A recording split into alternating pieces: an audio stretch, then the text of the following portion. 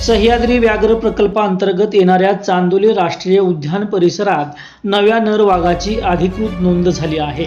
या वाघाला STR T9 असा सांकेतिक क्रमांक देण्यात आला असून स्थानिक गाईड यांनी त्याला प्रेमाने शिलेदार असं नाव दिलं आहे।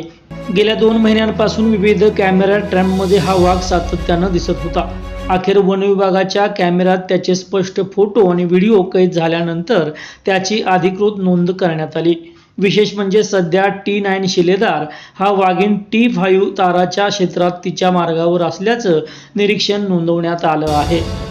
ताऱ्याच्या अधिवासात आधीच 3 नर वाघांची उपस्थिती आहे। T1 सेनापती, T2 सुभेदार आणि आता नव्यानं दाखल झालेल्या T9 शिलेदार। त्यामुळं तारा कोणत्या नराची निवड करते याकडं वन्यजीव अभ्यासकांचं विशेष लक्ष लागलं आहे।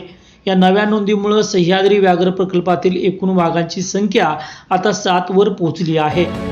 सध्या प्रकल्पातील वाघांची यादी पुढील प्रमाणे: T1 सेनापती, T2 सुभेदार, T3 बाजी, T4 चंदा, T5 तारा, T6 हिरकणी आणि T9 शिलेदार।